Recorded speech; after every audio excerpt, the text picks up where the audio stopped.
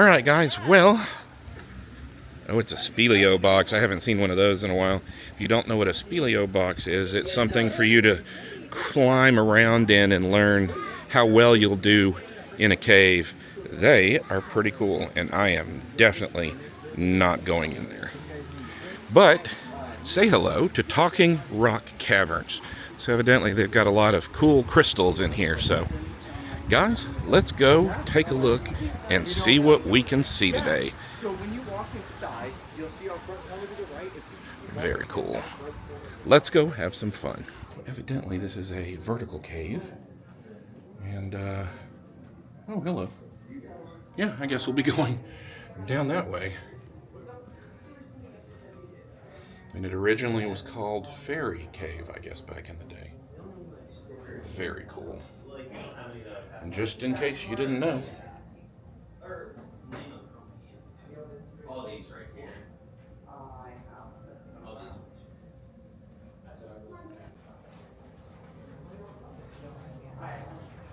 Go ahead and sign there, and then we'll get that sticker on there as another transaction for you. Eagle jersey.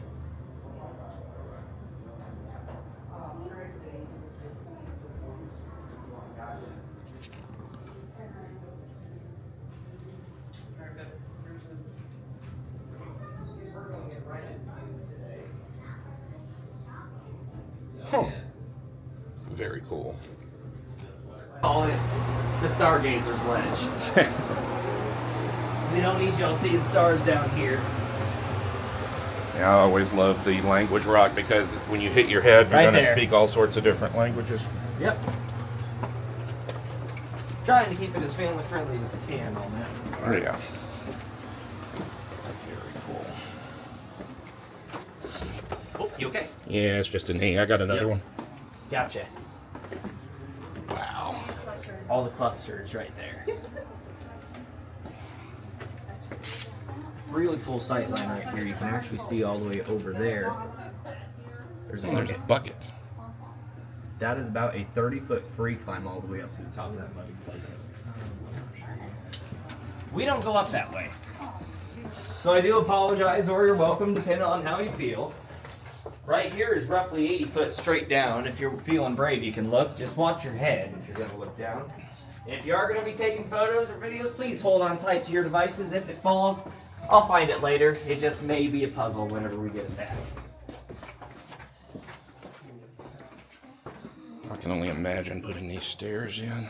Yeah, so that's one of the main talking points on the next platform. Because it's really cool how long these have been here and how they were made. They were all made by hand. But that was back in 1927. Yeah. But they made things better back then. Yep. Stairs are 97 years old.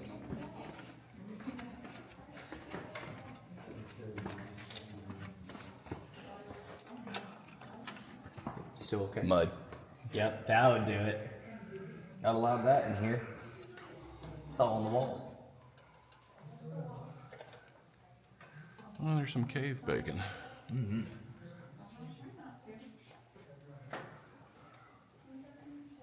Mom, did you get any photos? Did you get some of the water down there? It's like Water down there. we got a better first place and also the last place we stop inside the cave. There's one way in and one way out. And it's what we just walked into today, which was the original rabbit hole from 1883. Now that concrete box was placed on top of it in 1922, just 1 year after they opened the cave. Now it was done in order to protect the cave from vandalism or anyone coming in breaking the formations, because they don't recover very easily. Now because of this, the Powell family let all the bats out at night before closing and locking the doors, as this was the bats' home. Their food source that they eat, primarily mosquitoes, is up on the surface. So whenever they all went out, the doors were closed and locked. If there was another way in, well, they would have found their way. We no longer have bats in this cave. And so that's how we know the only way in and out is the rabbit hole. But the cave itself, this is known as a vertical cave. Being vertical by nature, it's about 100 foot deep, roughly 50 foot wide, and nearly 500 foot long. Now, it's also referred to as a dissolutional cave. Dissolutional, really fancy word. All it means is water created the cave and it reshapes it to what we see today. All these rocks all around us, this is limestone. It's made up of an ancient seabed sediment that would have been in this area roughly 320 to 360 million years ago. Now, in order for it to start raising up, tectonic plate movement happened, and that was during our Ozark uplift 54 million years ago. Now, the water itself would first come in through a crack in the ceiling up above. Known to us today as our lifeline of the cave, this is where it all started coming in, picking up carbon dioxide in the air from the roots and also from ancient creatures that have been fossilized. So down here by this light on the left-hand side is my personal favorite formation. I don't really get a lot of time to talk about it, but it is referred to as a rimstone dam. Water would slow down just enough to form these little divots as the minerals are deposited straight down, creating all the little bumps. Now usually it doesn't go all the way down the wall, but this one here does. Nice.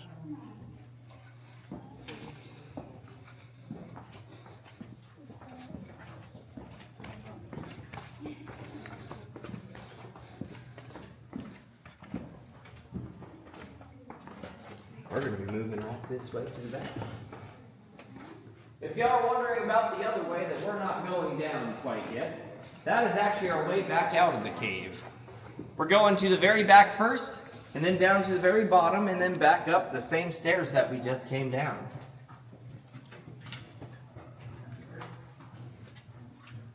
Lots of coral and popcorn right here. Nice. I'm going to switch lights real quick.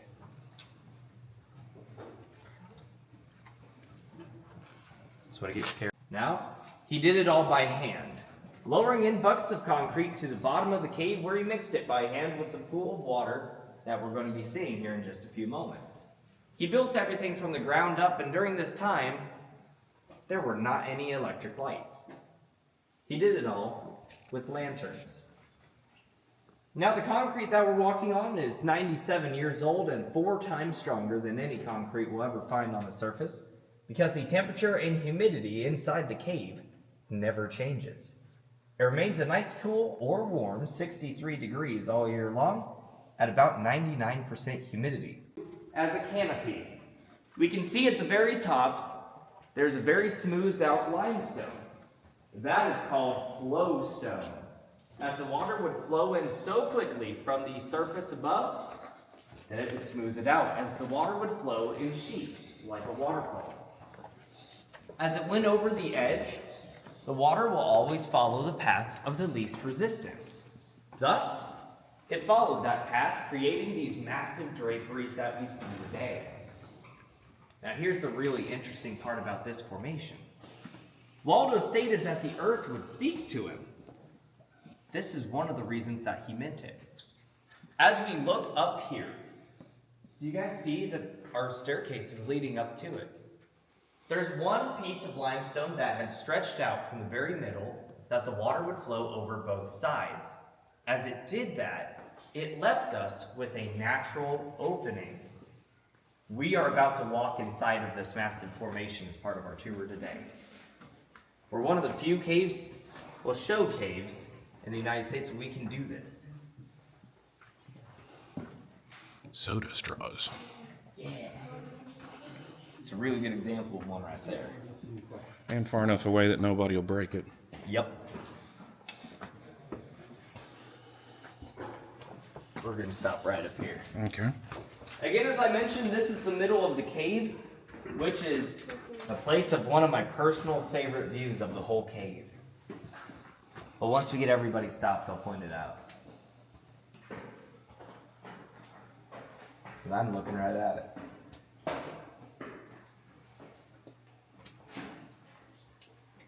Is everybody doing all right so far? Yeah. Any questions?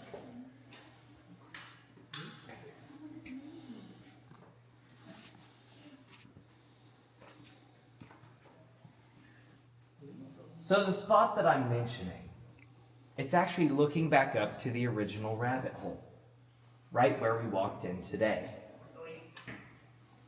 Now, of course, as I mentioned, without the electric lights, without the aid of them, we wouldn't be able to see it from here. Without lights inside of the cave, it's just like being at the bottom of the ocean. It is completely devoid of light.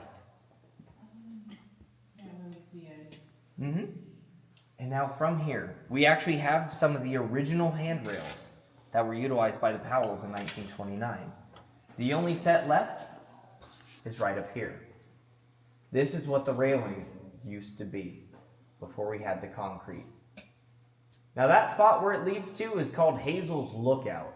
Hazel and Pansy Powell, your first guides, would guide you up there and have you sit for 20 to 30 minutes to let your eyes adjust to the dark environment.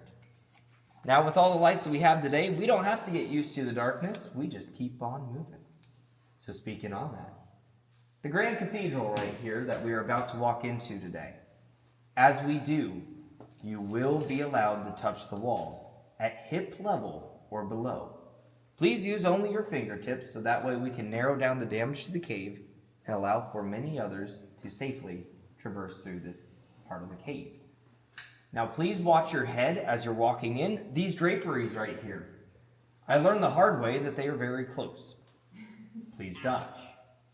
Exactly, that's exactly how I felt. Other than this, there is a stalagmite in our walkway as we're exiting out. Please watch your step. I lovingly have take photos or videos in here. Please feel free. It's not every day we get to be inside of a formation like this. Just watch your shoulder right there, my friend. Right here if you need me. Whoop, there we go. This right here, this is Steve. As I was saying, he's just right there. Steve. Right up here. We're going to be able to see this a little bit better on the other side. We saw a little bit of it already. Right here, you can see the calcite layers if I shine my light behind it. With that, we're going to keep moving. Now, not to scare anybody, but I'm going to poke my head around this corner. Hi. Hi. Surprise. Someone was really thin. There's that free climb I was talking about. Nice. Y'all have a modern ladder in here too. Yep. As you guys are coming over here, please watch your stairs. We go from our small steps back to our normal size steps, which are a little bigger, not too much, but just watch the first.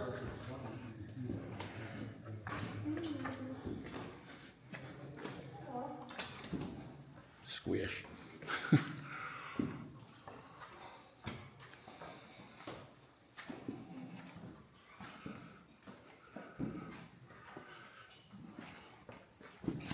Places to take all the mud and clay. I'm actually going to move down here to this step down here. If y'all would like to stand up here, you're more than welcome to it. I'm just trying to get as many off of the really awkward stairs back there as I can. So if y'all don't mind moving on up to this platform. That's perfect though. You guys doing okay right there? Everyone okay up there? Everyone okay right behind me? Okay. Alright, so being back here, the first thing that everyone generally notices at the back of the cave is that there is a ladder back here. No, we are not going up that ladder. So, you're welcome, or I'm sorry, depending on how you feel. What? But the reason why it's there, that's what you're going to ask, right? Like what? An air pocket. That means there's something more beyond the wall. We just... Haven't you able to get behind that mud? Correct. We haven't been able to dig it all the way out yet. Now, we've been working on this project. It's a passion project, so we're passionate about it. We're hoping to break through one day, not to extend the tour, but natural human curiosity, which we talked about. I don't like them. I do like the salamanders, though. They're my favorites. Here we go.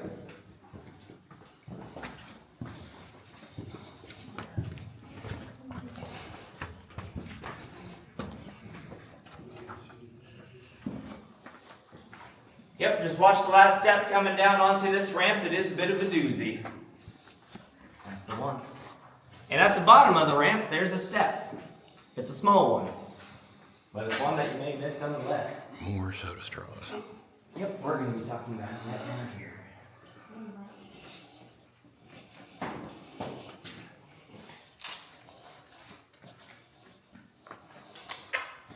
This way y'all see that there is a stair here.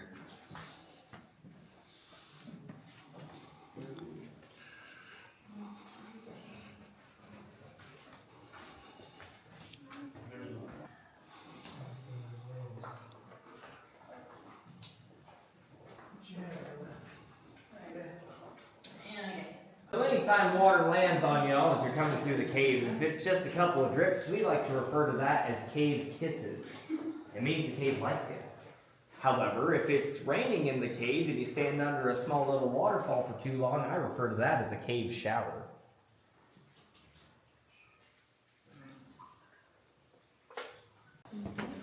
Watch your heads as we're going underneath here.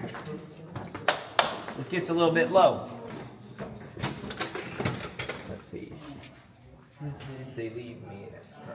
Cool. So, I'm going to go ahead and let them know up on the surface where we are.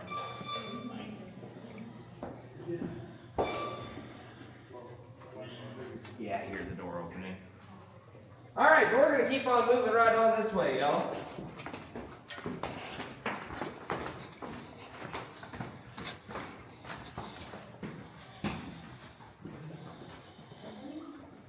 Silver Dollar City, whenever they had their light and sound shows, would have taken place right here.